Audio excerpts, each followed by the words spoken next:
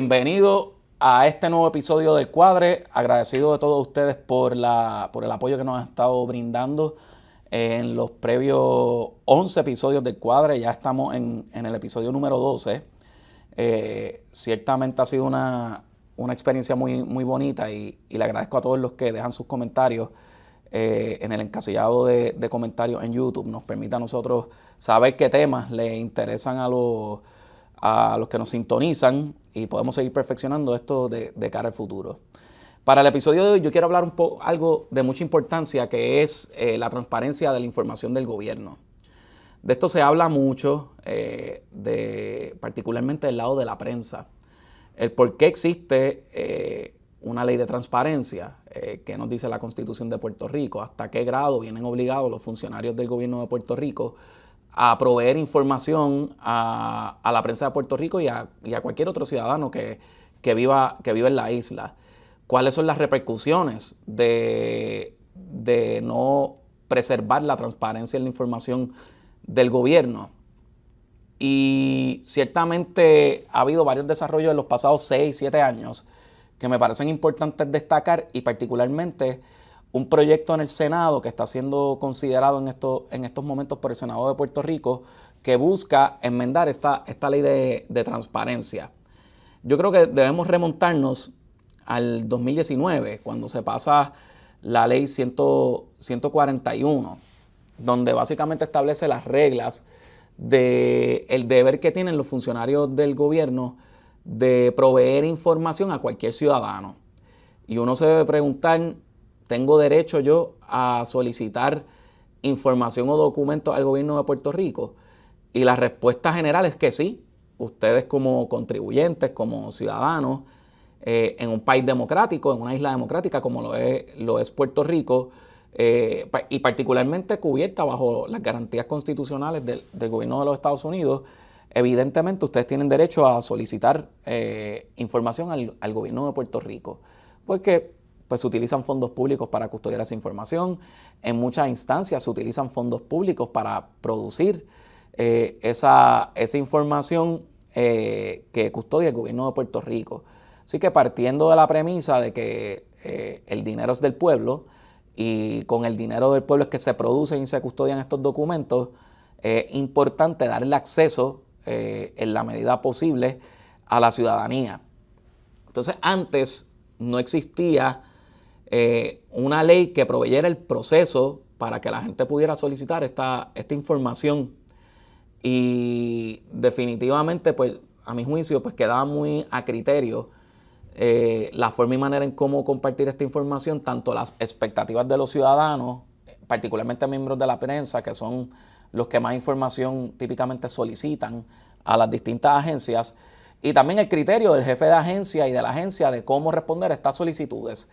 Y se veían pleitos que tal vez duraban eternamente para darle derecho a la persona que accediera a estos documentos. Por eso yo favorezco una legislación como la ley 141 del 2019, que es esta ley de transparencia. Para mí, formaliza como política pública que el gobierno de Puerto Rico y sus agencias establezcan un protocolo y un proceso y un sistema para poder compartir información solicitada. Yo he visto críticas en distintos medios de información sobre que esta legislación impidió que la prensa y la ciudadanía en Puerto Rico pueda acceder a información. Yo lo veo un poco distinto. Tal vez como fui jefe de agencia en el Departamento de Hacienda, si ustedes supieran, yo percibía que esta ley le imponía una carga brutal a las agencias de gobierno a tener que responder dentro de unos términos que en muchas instancias me parecían poco razonables. ¿Por qué digo esto? Porque si el Departamento de Hacienda le llegaba una notificación de una solicitud de información de entregarte toda la información contributiva de todos los contribuyentes, eliminando información confidencial, tales como número de seguro social, residencia de las personas, teléfono, información personal de esos contribuyentes, pues yo venía obligado a producir esa información dentro de unos términos que yo entendía que no eran razonables. Y en adición, también la ley permitía, aunque yo creo que los tribunales pues, le dieron la razón al Departamento de Hacienda en uno de los pleitos que se tuvo, se convertía casi en un interrogatorio. Y si bien es cierto que uno debe ser transparente, uno tampoco debe tener de rehén a las agencias, estos eternos interrogatorios que impiden el funcionamiento de la agencia, porque tampoco es que sobran los recursos, y en el mundo de prioridades, pues tampoco es razonable pensar uno tener un empleado que exclusivamente se siente a esperar a que le lleguen solicitudes de información y que tenga que actuar inmediatamente para responder a esas solicitudes. Así que en el marco legal, yo creo que la ley 141 tiene sus puntos positivos para las agencias, que básicamente como política pública las obliga a tener un proceso, una persona encargada, que no debe ser, no favorezco que una persona solo se dedica a esto en una agencia, porque tampoco es que hay tanto taller de entrega de solicitudes de información, pero sí es bueno dentro de las tareas pues dividir, mira, esta persona va a ser la persona de contacto y se va a encargar del manejo de las solicitudes de información. Así que yo creo que la ley 141 pues tuvo eso positivo. Cuando veo en algunos otros medios, algunos otros analistas hablando de que esta ley fue en perjuicio de la democracia y la transparencia, pues se nota que nunca han dirigido una agencia de gobierno, con toda honestidad, porque responder a estas solicitudes de información pues puede ser un proceso duro para la agencia, porque no toda la información está tan accesible. Y ahora, cuando estamos hablando de información digital, pues adivinen qué, pues ya no se trata de buscar un documento y sacarle copia, se trata de programar, se trata de designar recursos que le dediquen horas, que muchas de esas horas son contratadas en contratistas, porque gran parte de los programadores en el gobierno de Puerto Rico probablemente sean contratistas externos. Así que tengo que dedicar horas de un contratista para que programe y extraiga toda la información que está solicitando el ciudadano. Así que uno de los puntos favorables que yo creo que transmite un cierto grado de formalismo a las agencias para responder esta información, establece unas expectativas, en este caso, si no me equivoco, eran 10 días, por regla general, que tenía la agencia para responder a la solicitud de información con un término de prórroga, que no me parece descabellado, porque pues también creo que los ciudadanos y los miembros de la prensa que solicitan información deberían entender también que una agencia no solo se dedica a suplir información y que no toda la información va a estar fácilmente accesible. Incluso cosas como, por ejemplo, si le piden a Hacienda un archivo, un contrato hace 15 años atrás, eso probablemente está en un archivo inactivo, hay que establecer unos protocolos, hay que ir a buscar ese archivo si es que se encuentra, si no es que ese expediente pues ya pasa el término de prescripción de uno tener esos datos, y comenzó con un proceso de destrucción de información, que eso ocurre. Cada cierto tiempo las agencias tienen la obligación de disponer de documentos en la agencia, luego de 15, 20 años en algunas instancias, hay todo un protocolo que incluso uno puede invitar a la oficina del inspector general para que atestigue ese proceso de destrucción de documentos cuando ya caducan los términos de prescripción. Pues son todas esas complejidades. Cuando yo escucho miembros de la prensa u otros analistas políticos, denota que nunca han liderado una agencia que recibe decenas de solicitudes de información. Y desearía con este episodio pues ponerlo a usted un poco de perspectiva. A veces la responsabilidad de responder a tiempo pues va en detrimento también de la operación de otros componentes de la agencia, y se convierte en un juego de prioridades. Pues sí, tengo esta solicitud de información, pero también tengo todas estas tareas. ¿Cómo no las dividimos para cumplir con todas las responsabilidades? Así que, ¿qué garantías y protecciones pues pues provee la ley 141, y le voy a pedir a la producción que presente esta diapositiva o slide en buen español.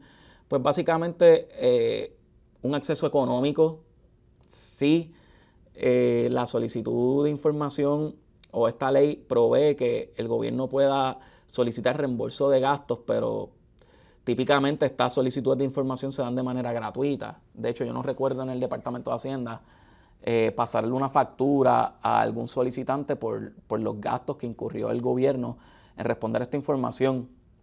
Cuando estamos hablando de programadores, le voy a dar un ejemplo. Nosotros en el Departamento de Hacienda, yo vi solicitudes de información de, básicamente, dame la base de datos de las planillas en Puerto Rico. Ciertamente se le elimina toda la información confidencial de los contribuyentes, pero eran bases de datos de miles de campos. Pues eso cuesta. El extraer esa información, eso toma tiempo y cuesta. Ni hablemos del costo de oportunidad, ¿verdad? Que eso no se refleja en los estados financieros ni en los presupuestos de tener personas ocupadas respondiendo a esta solicitud de información, pero la democracia es así, es importante cumplir con ella. También provee un recurso judicial expedito. Tal vez antes de la ley 141, pues el derecho de una persona de solicitar información pues se podía vindicar en los tribunales, pero como era todo tan ambiguo, pues tal vez el pleito pues duraba un poco más. Ahora es un trámite bastante expedito. Yo llegué a perder casos, si mi memoria no falla, de solicitudes de información que en muchas instancias era que no podíamos responder dentro de los términos porque literalmente pues el equipo estaba atestado de un sinnúmero de solicitudes de información y sí, van al tribunal, no está respondiendo.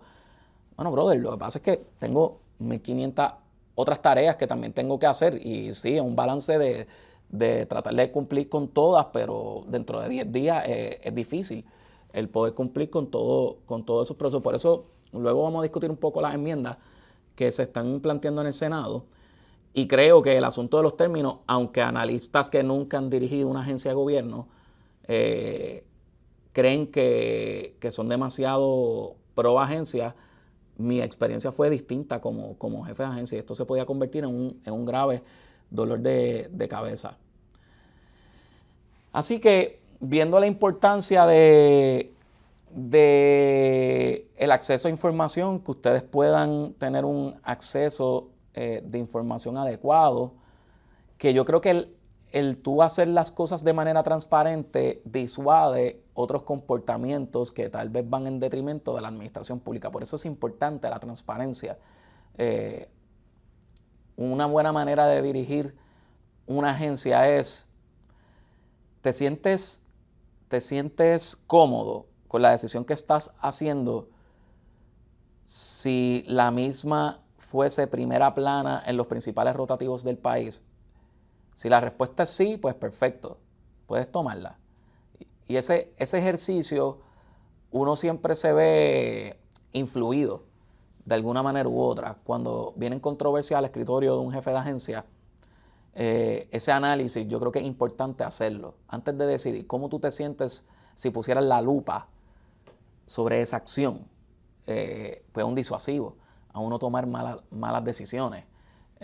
Porque de verdad pensaría yo que todos los jefes de agencia y todos los políticos en Puerto Rico pues quisieran mantener su prestigio, mantener su dignidad, mantener su reputación, tanto personal como profesional, y la transparencia, el divulgar una cantidad de información razonable, pues ayuda a que se haga menos probable que las personas tomen decisiones que no necesariamente velen el mejor interés público. Ya viendo lo importante que es la transparencia para disuadir de alguna manera u otra conductas que no velen el mejor interés público, vamos a una pausa y vamos a regresar para discutir qué enmiendas se plantean en el Senado y qué cosas me preocupan, porque el mundo no es binario. Si yo estoy a favor de parte de un proyecto del Senado, no significa que esté a favor de todo. Si estoy a favor de un proyecto del Senado, no significa que estoy en contra de la prensa. O si estoy con la prensa, no significa que piense que la ley es perfecta, porque el mundo no es negro o blanco, hay grises en el proceso, hay otros colores. Y creo que es importante discutir esto con la profundidad que este tipo de foro nos da. Así que vamos a una pausa y regresamos en breve.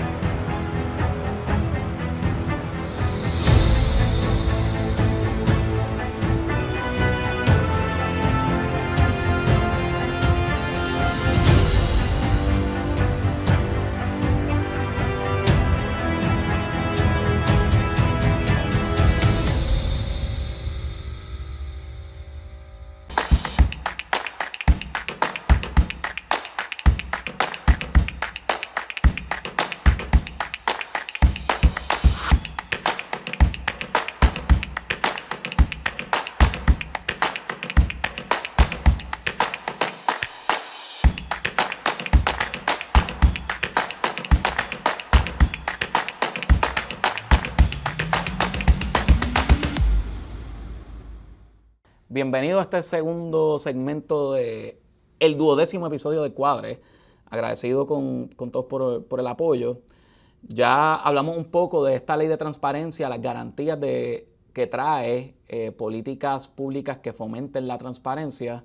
Vimos que yo veo con buenos ojos que se implementa una ley que establezca el proceso de cómo solicitar la información, donde cualquier ciudadano puede solicitar la información pública a las distintas agencias y que ellas velen por un mismo procedimiento y que el ciudadano tenga garantías de tener un proceso expedito para vindicar sus derechos de acceso a la información ante los tribunales en caso de no ser respondido satisfactoriamente por la agencia.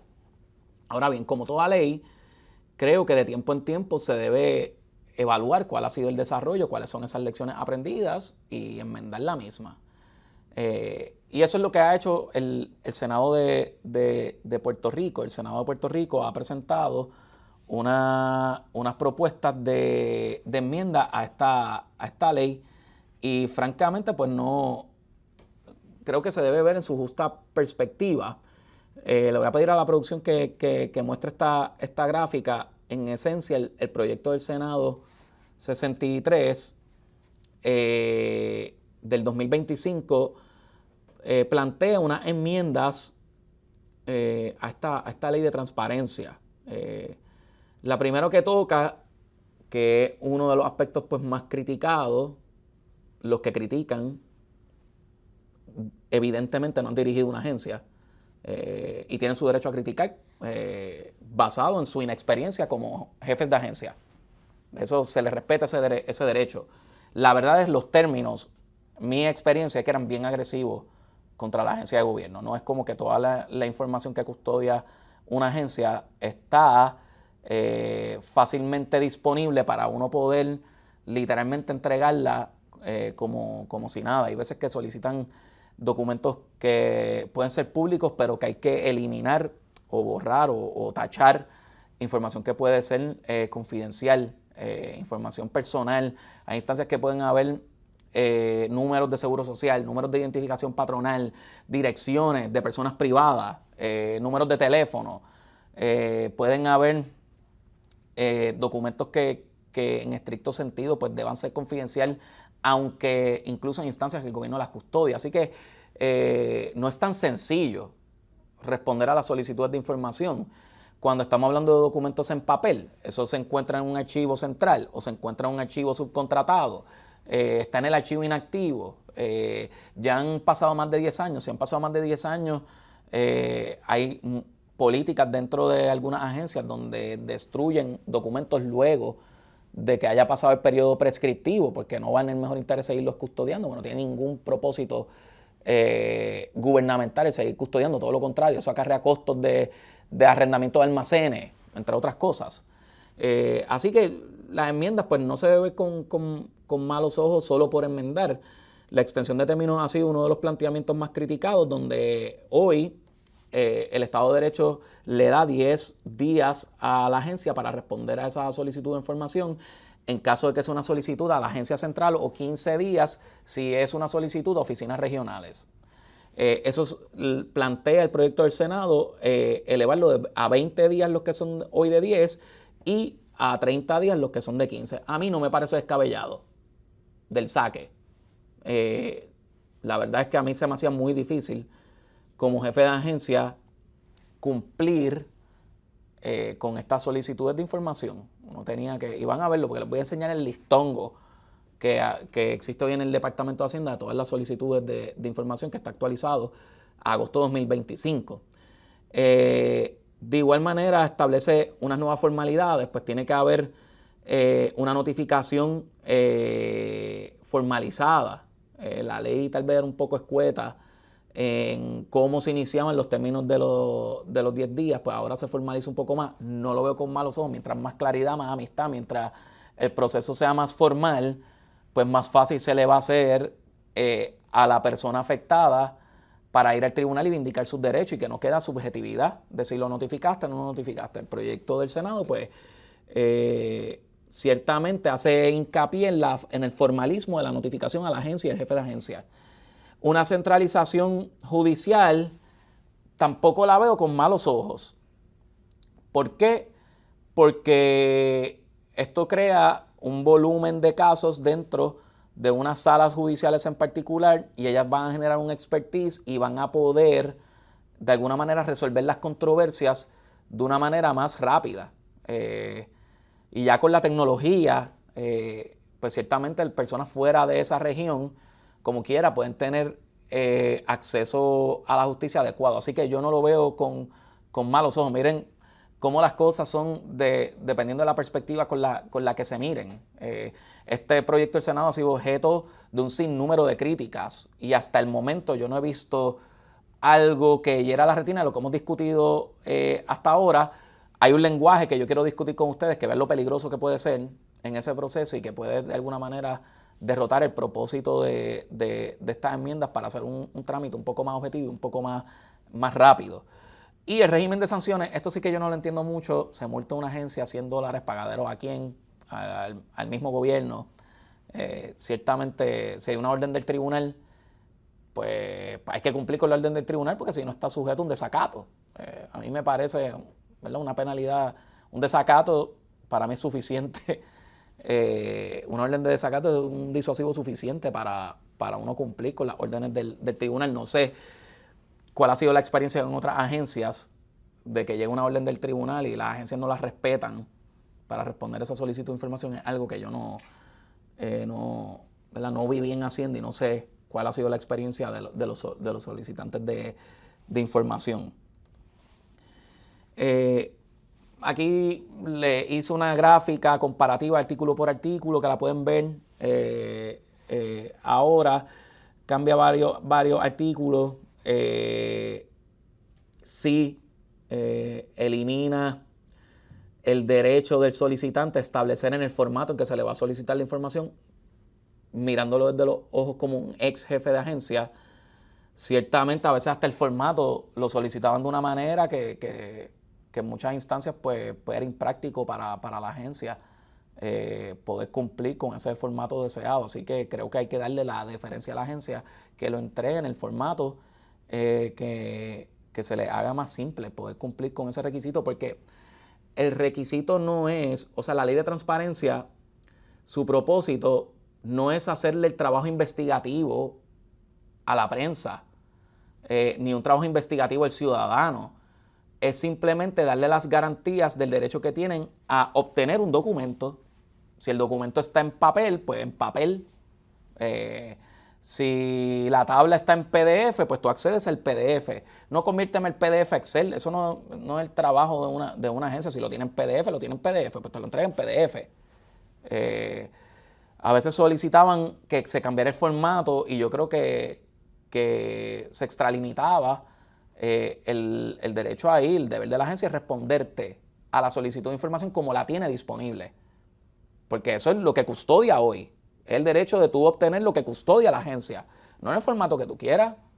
Quieres investigar, quieres convertir una tabla de PDF a Excel para poder utilizar datos y hacer análisis, pues esa es tu responsabilidad como ciudadano y lo cubres tú. Utilizar fondos públicos para cambiarte el formato como quiere el ciudadano, pues a mí no necesariamente me parece adecuado que las agencias sean rehenes de eso. Los términos de entrega, nuevamente, yo no los veo con malos ojos, a mí me parecen bien. Los requisitos de solicitud, formalizarlos, como bien discutimos. Evidentemente, creo que la ley, en términos generales, se ve, o las enmiendas en su mayoría, pues se ven razonables. Yo mirándolos desde la perspectiva de un ex jefe de agencia. Hay unas cosas que no me hacen sentido, como la penalidad, pues la agencia va a pagar $100 diarios hasta $18,000. ¿A quién y por qué? Si hay una orden del tribunal, pues hay que cumplirla. Si no, el jefe de agencia puede ir encerradito en una celda por orden de desacato hasta que cumpla. Yo creo que eso debe ser suficiente. Imagínense que me busquen unos alguaciles porque yo no hubiera entregado una información adecuada. Para mí eso era disuasivo suficiente, más que incluso los $100. Los $100 de información. Le voy a pedir a la producción que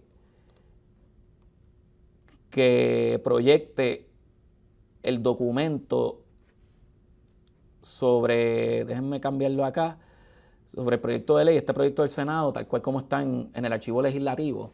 Y eso es lo bueno de este espacio, el cuadre, porque pues, nos permite a nosotros discutir unos temas un poco más profundos, de una manera un poco más científica.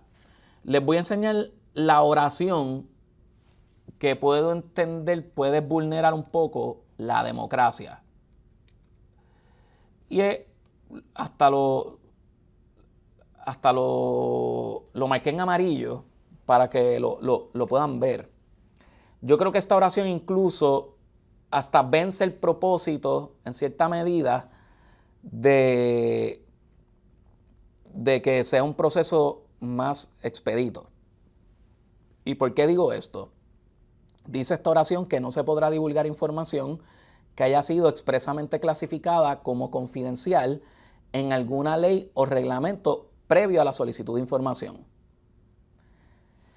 Miren, entiendo el propósito, ¿verdad? Porque incluso en Hacienda hacían un sinnúmero de solicitudes de información que a nuestro juicio eran improcedentes porque vulneraban información confidencial. En algunas instancias podían vulnerar hasta la seguridad de las personas. Por ejemplo, que me soliciten la lista de oficiales que han accedido a un archivo contributivo. Mira, eso puede vulnerar hasta la seguridad de esos oficiales del Departamento de Hacienda, de esos agentes de inteligencia de fraude contributivo, que se enlisten.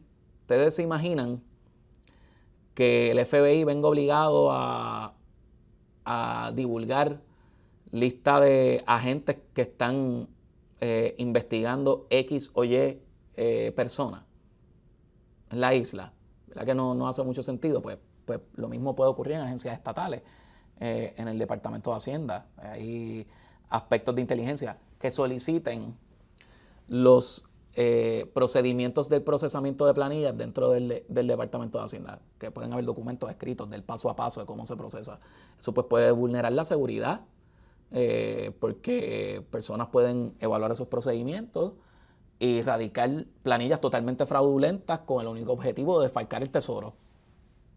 Eso puede ocurrir, donde miren las vulnerabilidades de esos procedimientos y vámonos que estamos tarde. Así que puedo entender el espíritu de la oración. No obstante, permitirle a las agencias que hagan un ejercicio de qué información es confidencial puede ser un aspecto bien subjetivo. Bien subjetivo. donde entonces se pueda prestar para abuso de poder, y entonces las personas afectadas que soliciten información que se les diga que es confidencial tengan que ir a los tribunales a litigar qué es confidencial y qué no, y vence el propósito de este proceso expedito. ¿Cómo se pudiera modificar ese lenguaje? No sé. Ciertamente creo que deben escuchar la opinión tal vez del Departamento de Justicia, que es otra crítica que voy a hacer aquí sobre el proceso legislativo, porque el informe de la comisión resalta algo que me preocupó muchísimo, de agencias que no han respondido a la solicitud de memoriales de parte de la comisión que está evaluando este proyecto de ley, pero sería bueno que la ley delimite el alcance de la palabra confidencialidad, que ya ha sido definida por los tribunales de Puerto Rico, pero de alguna manera u otra establecer cuáles son esas fronteras de los jefes de agencia a la hora de reglamentar de qué se debe considerar confidencial, cómo no, porque se puede prestar para decisiones arbitrarias. Y aquí quiero enseñar algo que es mi crítica, no sé si al proceso legislativo o a la seriedad con la que el gobierno está tomando esta enmienda. Y cuando digo el gobierno me refiero a la rama ejecutiva. Este es el informe del proyecto del Senado 63, un informe positivo el 26 de septiembre de 2025. Así que es bastante reciente. Hoy estamos grabando ya a mediados de octubre, así que solo van unas 3-4 semanas de este informe. Y miren lo que señala aquí, que lo marqué en rojo. Cómo funciona el proceso legislativo en Puerto Rico es que típicamente los proyectos se llevan a unas comisiones, ya sea de la Cámara o del Senado, en este caso es del Senado, y ellos hacen su proceso investigativo de solicitar memoriales, hacer vistas públicas, analizar las medidas, escuchar a todas las partes. Y luego, antes de bajar el proyecto de ley a votación, primero se evalúa en esa comisión y se determina si viene con un informe positivo, que el informe positivo es pues darle hacia adelante a la medida, o un informe negativo es matar la medida en plena comisión. Aquí se le está dando un informe positivo y yo no sé a quién deba ser objeto de crítica aquí. Creo que hay que hacer un principal énfasis en la rama ejecutiva. Esto me parece de verdad absurdo que al momento de redactar este informe, la Oficina de Gerencia de Presupuesto, la FAF, el Departamento de Justicia, la Oficina de Servicios Legislativos y la Oficina de Administración de Tribunales no hayan respondido con un memorial explicativo su posición. Aquí tenemos el Senado que está tratando de impulsar unas enmiendas que ya yo les dije desde mi perspectiva como jefe de agencia, hay varias de ellas que me hacen mucho sentido, pero no tener la opinión del Departamento de Justicia, que es quien va a defender al gobierno cuando los demanden. ¿Por qué razón el Departamento de Justicia no ha emitido el memorial? Esto debe ser sumamente importante para el Departamento de Justicia porque esta ley del 2019 puede ser bien disruptiva para la operación de las agencias. Básicamente pudieran tener de rehén a funcionarios claves del funcionamiento de esa agencia porque tengan que estar respondiendo a solicitudes que tal vez sean confidenciales o tal vez se solicitan dentro de términos que no son razonables aunque están delimitados en la ley. Así que ver que el Departamento de Justicia no haya respondido, pues evidentemente me llama un poco la atención en cuáles son las prioridades en el Departamento de Justicia sobre esto, si es que el Senado de Puerto Rico le solicitó esta suposición a tiempo. Y otra cosa que estoy viendo aquí, no veo que se le haya solicitado, de aquí no emana, se le haya solicitado opinión al Departamento de Hacienda. En mi experiencia, yo creo que el Departamento de Hacienda debe ser una de las agencias que más solicitudes de información ha recibido, por lo que acarrea. Yo recomendaría que se solicite la opinión del Departamento de Hacienda, porque si se atienden los issues que yo vi como secretario de Hacienda, creo que eso se va de alguna manera a reflejar en la operación de otras de otras agencias. ¿Qué quiero llevar con esto? Que uno no se puede oponer por oponerse. Que tú seas miembro de la prensa no te impida tener empatía con la operación de la agencia a la hora de emitir opiniones sobre esto. Y ese es a veces el problema que veo en el proceso democrático. Las agencias no se están poniendo en los zapatos de la prensa y la prensa no se está poniendo en los zapatos de las agencias. Entonces se vuelve todo un tiroteo. Yo felicito al Senado de Puerto Rico por tratar de alguna manera de evaluar el desarrollo de una legislación que es muy reciente. Esta ley tiene 6 años y que se debe ver cuáles son los resultados y seguirlo perfeccionando. Me gustaría ver que se pase algún tipo de legislación que perfeccione esto, pero me gustaría hacerle un llamado tanto a los miembros de la prensa como a las agencias de ponerse en los zapatos del otro. La prensa tiene un trabajo que hacer, que se respeta, que es importantísimo para el buen funcionamiento del gobierno de Puerto Rico.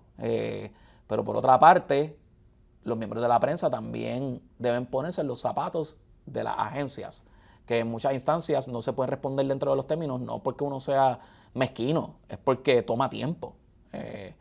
Y esto no debe haber un ánimo prevenido en ese proceso de solicitud. Tal vez si tuviéramos más empatía de un lado a otro, el trabajo de ambos, tanto de la agencia como de los miembros de la prensa, pues pudiese mejorar. Y al final del día lo que queremos es tener un mejor gobierno. Y si tú compartes este espíritu y estas ganas de tener un mejor gobierno y una mejor administración pública fuera de la politiquería estúpida que se ve, sigue sintonizando este programa. Dame tus comentarios en la caja de comentarios de nuestro canal de YouTube. Suscríbete al canal de Jugando Pelota Dura. Dale a la campanita. Dale like. Si me puedes regalar un like aquí al canal, evidentemente te lo vamos a apreciar. Así que nos vemos en la próxima. Señores, Jugando Pelota Dura se fortalece en el mundo digital.